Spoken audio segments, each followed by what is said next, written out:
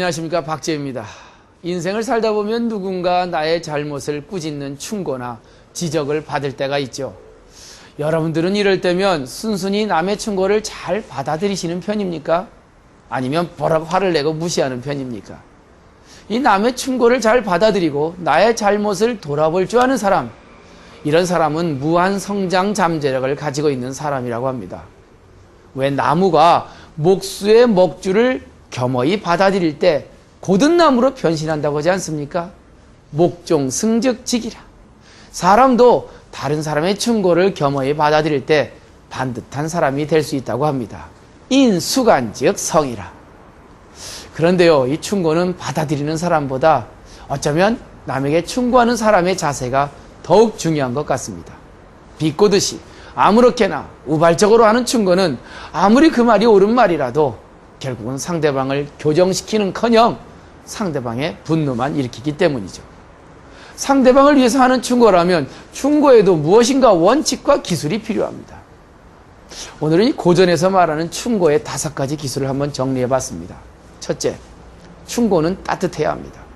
아무리 좋은 충고라도 칼 휘두르듯이 상대방의 가슴을 도려내는 충고라면 그 충고는 절대로 제대로 전달되지 못할 겁니다. 이 북송의 정치가 범충성공은 충고의 자세를 이렇게 설명합니다. 세상에 아무리 어리석은 사람이라도 남의 잘못을 따지고 지적하는 것은 너무나 명확하다. 반면 지극히 총명한 사람이라도 자신의 잘못을 용서하는 것은 너무나 관대하다. 그래서 충고는 나의 잘못을 용서하는 그 관대한 자세로 남에게 해야 한다.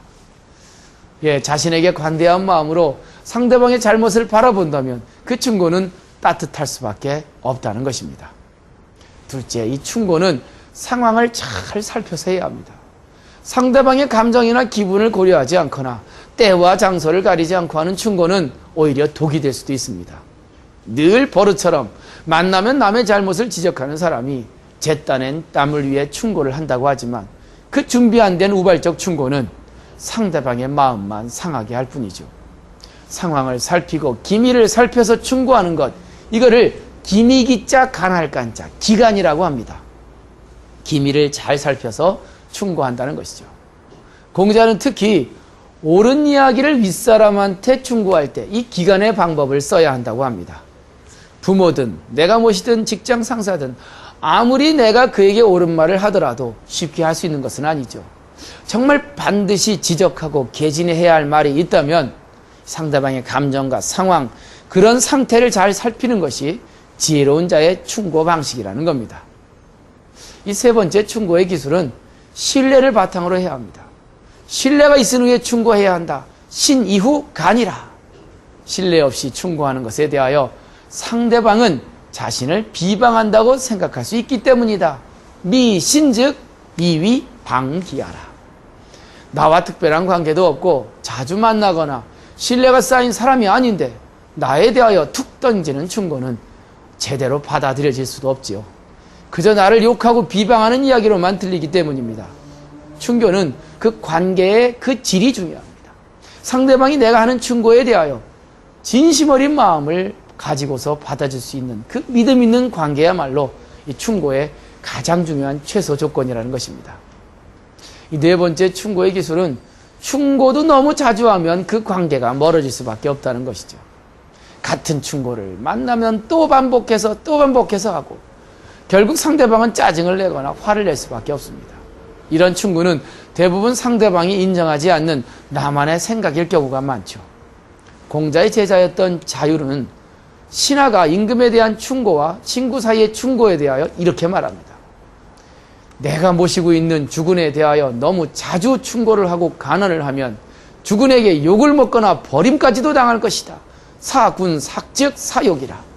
친구 사이도 너무 자주 충고를 하면 그 친구 관계는 소원해질 수밖에 없다.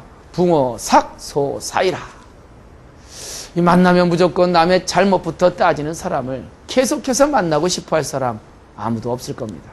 충고는 정말 준비하고 계획해서 해야 합니다. 기분 내키는 대로 포부되는 것이 충고가 아니죠. 충고는 진심 어린 충심이 기반이 돼야 합니다.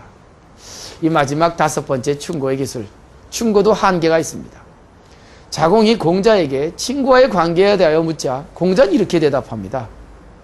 친구 사이는 정말 충고하여 좋은 길로 인도하는 사이다. 충고의 선도지라. 그러나 아무리 충고를 해도 상대방이 고치지 않는다면 그 충고는 그쳐야 한다. 불가즉지라. 이것이 스스로를 욕되지 않게 하는 방법이다. 무자요건이니라. 이 몇 번 한 충고에 대하여 상대방이 그 충고를 받아들이지 않는다면 이미 그 문제에 대하여 생각이 다른 것입니다. 이것을 고집하여 계속 충고한다면 그것은 충고가 아니라 강요가 될 수밖에 없죠. 참 충고는 어려운 일입니다. 남의 단점과 잘못을 지적하는 것은 상대방의 마음과 기분을 아프게 할 수도 있기 때문이죠. 그렇다고 해서 충고를 안 할 수도 없습니다. 충고는 조직을 살리는 숭고한 행위입니다. 그러나 충고에도 원칙이 있고 기술이 있는 것이죠. 진심 어린 충고를 받아들이는 사람 역시 그런 자세가 되어 있어야 합니다. 우왕이라는 전설상의 임금은 누군가에게 좋은 충고를 들으면 그 충고를 한 사람에게 큰 절을 했다고 합니다. 성공한 사람들의 공통점은 모두 충고를 잘 할 줄 알았던 사람이었고 또 남의 충고를 잘 받아들일 줄 알았던 충고의 고수들이었던 것입니다. 감사합니다.